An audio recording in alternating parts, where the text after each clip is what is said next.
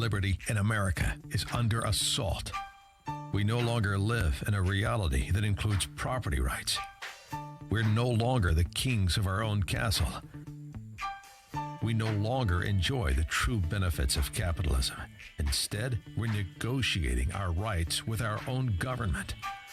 This isn't how our country was founded. These aren't the ideas of our founders. It's time to seize back our country. This is the Liberty Hour, where these important issues will be discussed for the sake of America's future. With a cigar in one hand and a copy of the Constitution in the other, here's your host, Sean Thompson. How's that for on time, kid? You didn't think I could pull it off, but I did. 312-642-5600. We are live, baby. So if you want to call, because I got a half hour, all right? And the reality is, you want to know why I was late? The most interesting of all reasons. I wasn't technically late, by the way. I've been here early. But I was talking to sponsors on the station, wonderful people in the auto part business. And we were talking about the most important thing of all. Economy, labor. Why did the computers flicker like that? Was that your head, kid? We were talking about the most important thing of all, the only unique thing. Well, it's not so unique anymore. America was the only country to embrace small business, entrepreneurship, unfettered opportunity. That's how it started. Now, since then, it has been absolutely and completely bastardized. And we play this game of binary tyranny. Ooh, copyright that, kid. Start the paperwork. Binary tyranny. And we get to pick our managers of binary tyranny. So I'm in the hallway, and this is dear to me. Because if you grow up aspiring to be better, there's only one way. Well, there's two ways, but one means you're a scumbag where you're hunting for a spouse that can make you rich. The other one is where you're trying to become something yourself. And that's the beauty of America, is that it allowed you that. At least that's on the sticker. I don't know how it works now, but it doesn't seem that way to me as I watch the news daily. Now, listen, I understand most people who tune into conservative talk radio want to hear rah-rah, right? We could do the whole thing about the impeachment. And like as I said a year ago, impeach him. It's the greatest political move you could do for Trump. It's great. Go ahead. And history will vindicate me, as I like to say to my wife. But getting back to the most important thing, which is your liberty, your freedom, your rights as an American. As an American. Those things are supposed to be unfettered. They're supposed to be unmitigated and unmanaged. But that's the old way. The new way is management. The new way is corporatism. And the new way is corruption. So I was talking to the people, and it's Remke. Is that how you say it, Justin? Remke. And they're wonderful people. And I grew up in the auto part industry. So it is a topic that is important, and it is one that I have lived with for the majority of my life.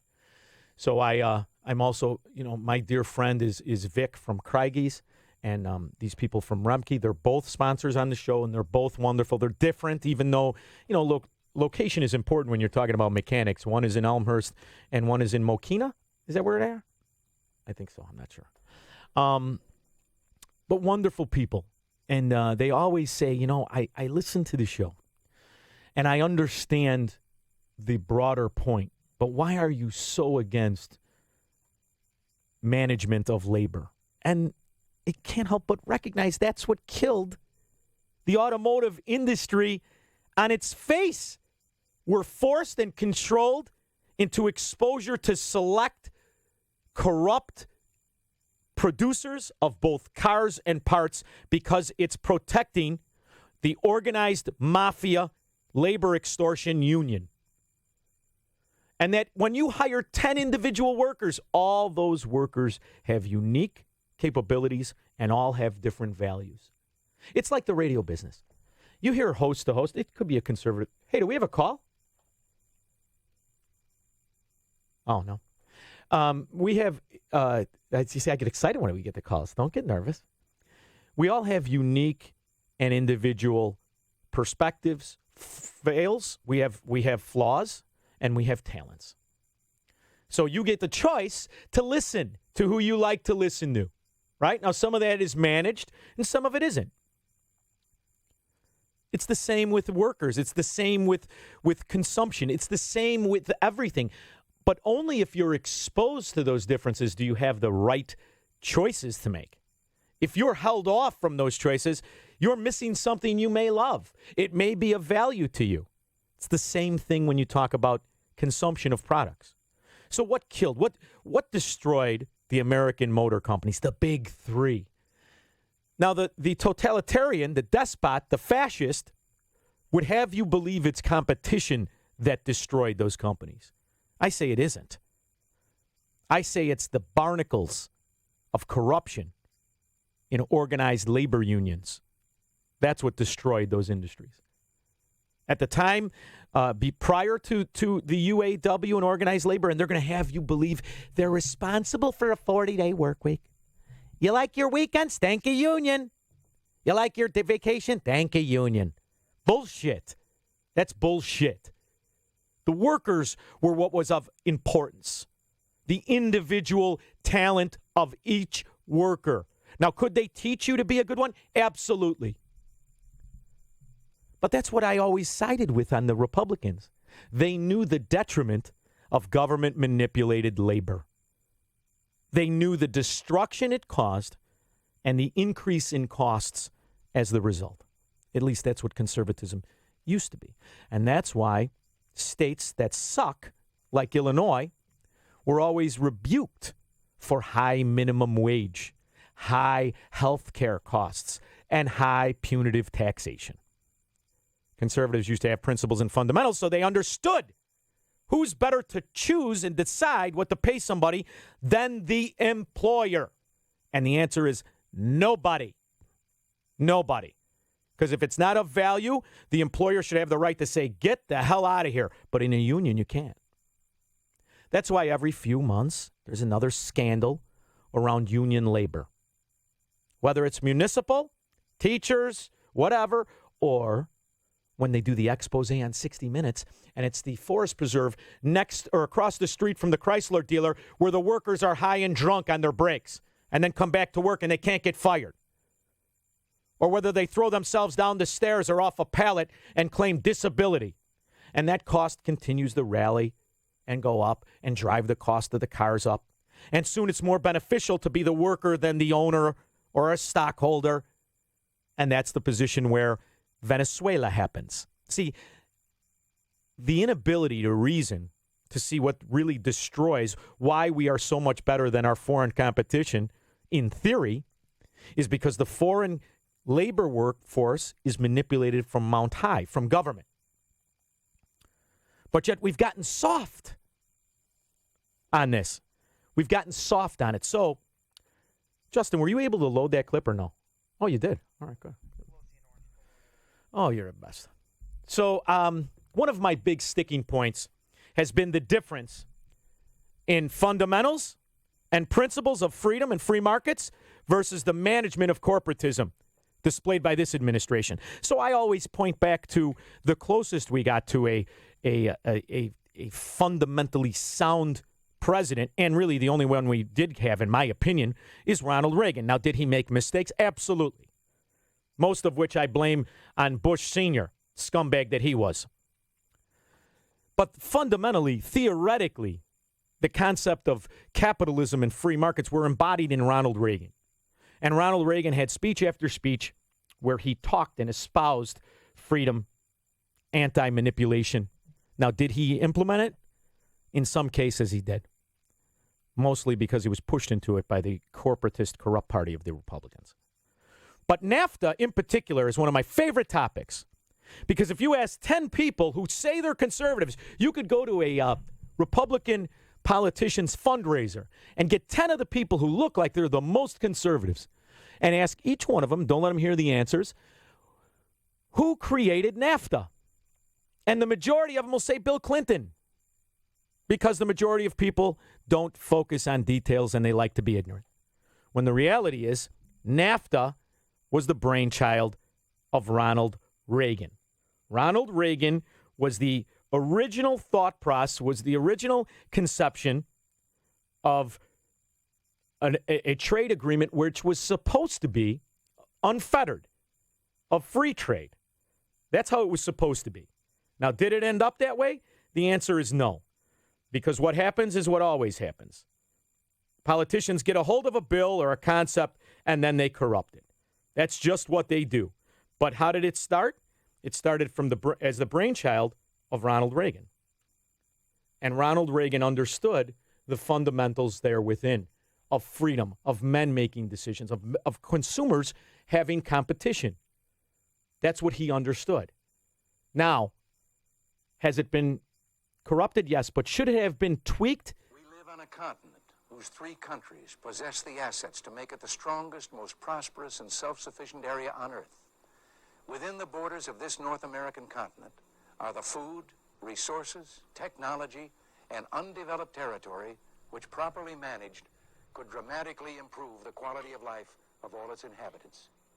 It's no accident that this unmatched potential for progress and prosperity exists in 3 countries with such long-standing heritages of free government, and so a developing closeness among Canada, Mexico, and the United States.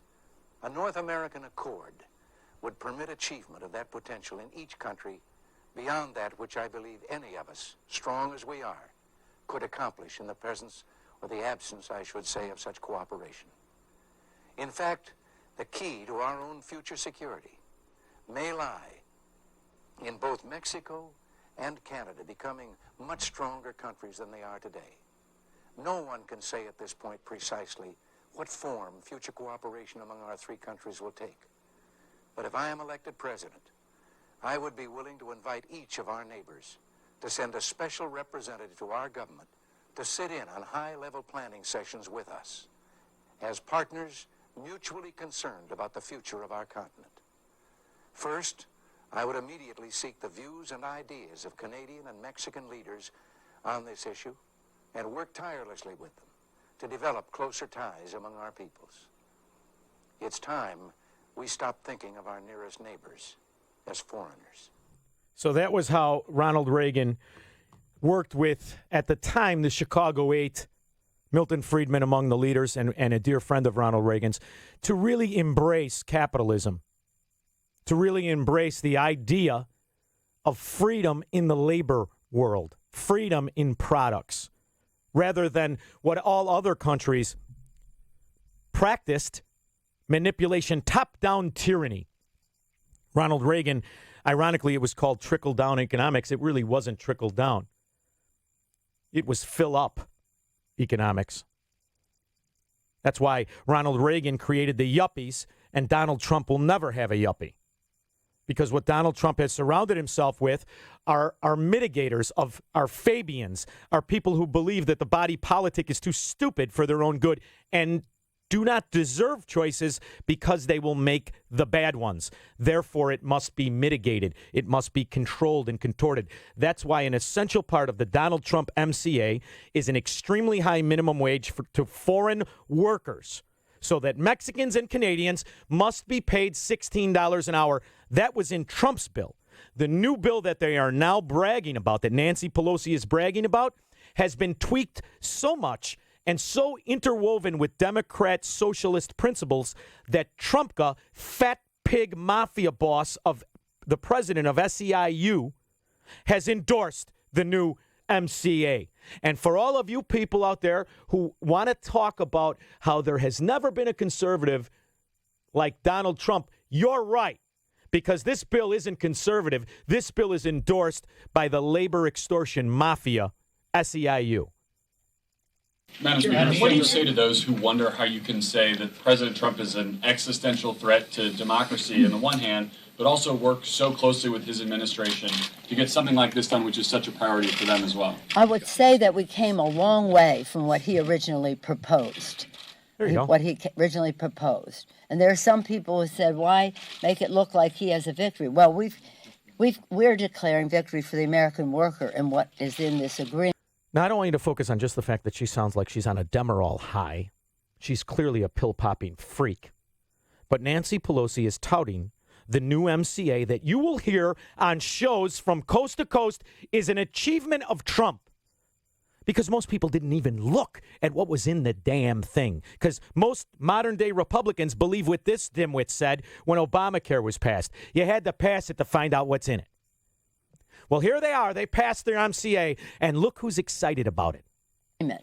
But we would never, not any one of us is important enough for us to hold up a trade agreement that is important for American workers because of any collateral benefit that might accrue to any one of us. Are her I'll teeth remind too you, big? this is a hemispheric trade agreement. That's how important this is. And we were determined to alter the conversation about trade. We made this. We made this agreement. Yeah. It was one of those things where we made our own environment. Mind you, Mexico has NAFTA. So what is their motivation to? So we had to take everybody to a different place. And certainly we would never have agreed to what the president proposed. So as you celebrate, as lipstick on pig salesmen called radio hosts tell you what a great victory this is, please do understand what this is. This is a union payoff. This is an economic seizure of trade. Please understand, this is nothing to be celebrated, and this is something to be feared. Rob, thank you so much for calling. How are you, buddy? Hey, Sean, what's going on? Same stuff. A little aggravated, talking to entrepreneurs, straightening people out. Well, that's my usual day. Well, I am an entrepreneur, as you know. I'm a small businessman, and I saw your Twitter post about about small business. And I'm just finishing up. I'm sitting at my desk finishing up my 2020 budget. Try to increase sales, maybe 10%, get out on the road and sell some more products. And then you get down to the bottom line and you say, Jesus, what am I doing this for? I mean, it's just, I can't imagine why anybody would want to start a business in Illinois, let alone in this country, based on regulation and all the things you've been railing about over the last years now. Illinois touts itself as one of the strongest union states in the country, and they are. Of one of the strongest. I've said for years, when the labor extortion racket endorses something, it's bad for everyone who isn't in the union. A union is a mafia, and they make no bones about it. That's why years ago they used to beat the hell out of people who would dare cross them. That's why they extorted business owners. They run on the principles of a mafia. The only difference is this one is endorsed by the government because they kick up to the Don, which is government. They get a piece of the pie. And what the modern day government official is what exactly? They are a hippie survivor from the 60s, the most communist generation in America. Now, not all of them. Sadly, 60,000 of them were killed in Vietnam. The free-minded ones, probably the majority of. But who are these people that are now in charge? Nancy Pelosi with her teeth too big for her. The same radicals who wanted the social engineer society. And now they're in charge. So that's why they hook in with this mafia figure, Trumpka, SEIU union president. And that's why I reject a lot of Trump stuff. Trump. And when you go ahead. No, go ahead. No, Trump doesn't want to beat the unions. He wants to get along with them. And that's a problem that I have. And you've talked about all the other issues, the health care issues, and it all falls on, and I'm not complaining. I'm fine. I'm not complaining about my situation. I look at this country as a whole and say, where the hell are we going without small business? Well, you know what's funny? How they hide the costs. Most workers don't understand their employer, if they provide insurance, have had an increase in just their health care cost of $20,000 per employee. I understand that because I'm my employer. Yes, of course. You have a direct linkage between the employer and employee because you're both. But you notice how the union doesn't fight for the employee when it comes down to it? Because what if the union said, you realize, worker party people, your employer has burned $20,000 up on you that you've never seen. Wouldn't you like that $20,000 in your pocket? See, that's how I would destroy socialized medicine. I would show the worker, do you realize how much $20,000 would change your life for that year? You've made $60,000, but yet he's spent a third of it on your health care that you don't use? What would that 20 grand do to you? And that's how you jujitsu this tyranny, by showing the people it's 20 grand. See, you've taken that from my life. That's the actual raise cost of my life. $20,000 that I could use to support my family, to better my life, to invest. You've stolen from me with a law like a weapon. And mum's the word from the Republicans. Mum. And this is the greatest pro-union, because it's always about advancing the control. And the people become stupid. Next thing you know, they're dressed like Justin in the other room. They're just following the herd around. Well, I have an employee, a key employee, and I've taken care of him as best I can. He had a health issue with one of his children, and the bills came in, and he's coming to me saying, "What the hell is this health care?" I said, "Brother, we got the same health care you got. We're all in the same." Well, that's a year ago. Fast forward to now, he's saying, this socialized medicine doesn't sound so bad. They take 2 or 3% of your pay, and then they cover everything. So here's a guy, a hardworking, free-thinking guy that has now been starting to be turned onto this idea of socialized medicine. Yeah. Because we take $600 or $800 a month out of his pay. I pay a lot more than that, and he gets a $20,000 medical bill. And in the meantime, after insurance. They hide the reality of the reason that right now the elections are tight in the UK is because there's a picture of a 6-year-old boy sleeping on the floor of a hospital. Floor. Yep. So they want you to pretend there's this utopia. This is what I was telling the people from Remke. Do not buy the bullshit sold to you by people selling you a lie. It's more than lipstick on a pig. It's lipstick on a pit bull, because that's what socialism is. It bites you and you can't pry it off. You cannot pry it off. And here on this station, what do we have? The drive for the food for the poor. Well, who are those poor? Those are ex-rich people from Venezuela. You've watched the entire implosion. We have at real time failure of socialism all around us, examples, and yet the American citizen is too stupid to recognize what it is. And now you want to know what fries me and what gets me all aggravated and why when they say, hey, you only got 30 minutes today, you still want to do it? I say yes, because that's become the conservative platform. This MCA that was passed with the endorsement of the SEIU union labor mafia would never have been on the table. Latest trade agreement you're talking. Just passed yesterday by the Congress. Passed it. Yep. So Trump will sign it. And I want the people who support Trump, rather than try and correct him, to understand what you've done. Because the problem with the cult is they don't read. Trump says it's good and it must be good. Nobody read it.